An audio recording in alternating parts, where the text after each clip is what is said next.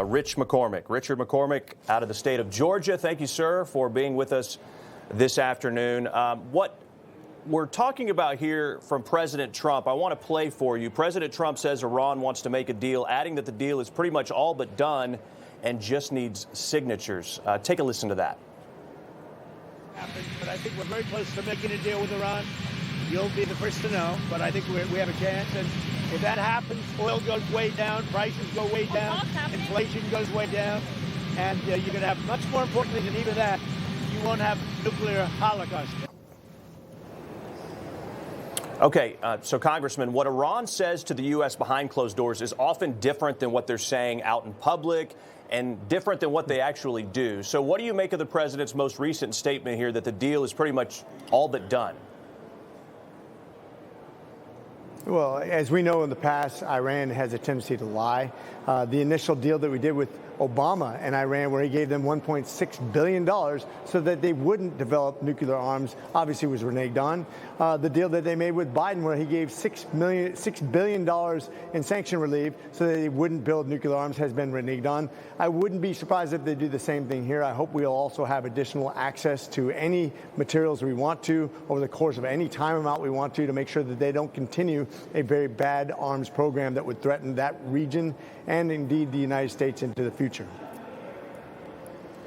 All right, so let me ask you about this ceasefire. Do you think this 10-day ceasefire between Israel and Lebanon could help to finally seal this peace deal with Iran? Do you think that's sort of the missing link? I think it's part of it. When we look at what Iran has done to destabilize that region with Hezbollah, attacking Americans. Quite frankly, we've been attacked about 40 times by their proxies. We lost about 1,000 American lives over the years. They destabilize the region. If we can bring them to the table, as well as the Houthis and Hamas, we may have an era of peace in that region we have not seen in our lifetime. Certainly it's hopeful for the future when you don't have people funding that with billions of dollars. Right now, Iran doesn't have the funding, doesn't have the weaponry to disseminate.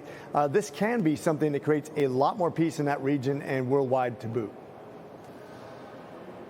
All right, I want to get to this before we have to let you go. Switching gears, we hear that you're proposing this Clear Labels Act, essentially holding the drug companies more accountable for what they put in the products and tell us where they came from. Can you tell us more about the bill and the importance behind it? Yeah, when we talk about transparency, where you buy your product from, where it's produced, what ingredients are in it. Right now, we do not have the same standards overseas we have here in America. We don't have the same inspections. We don't have the same quality. We don't have the same testing. You should know where your product is made, who's making it, where the product is coming from, what ingredients are put in there by whom. That will help you make a wise decision, because not all drugs are created equally. Even when they're generic brands, you want to make sure that you have good quality drug when you're treating yourself. Because I've seen a lot of drugs. As a physician that's been working in this business for a long time now, I've seen huge disparities in the way that drugs are applied and how they're functional on your physiology based on where they're produced. And that's where we want the American people to make informed decisions. Yeah, I know a lot of people are excited about this and happy that you are doing this, especially when we talk about the entire MAHA movement and knowing what we're putting in our bodies. And so what would you say to families here in the last 20 seconds or so as it relates to what they're going to be able to get out of this bill and why it's so important to them?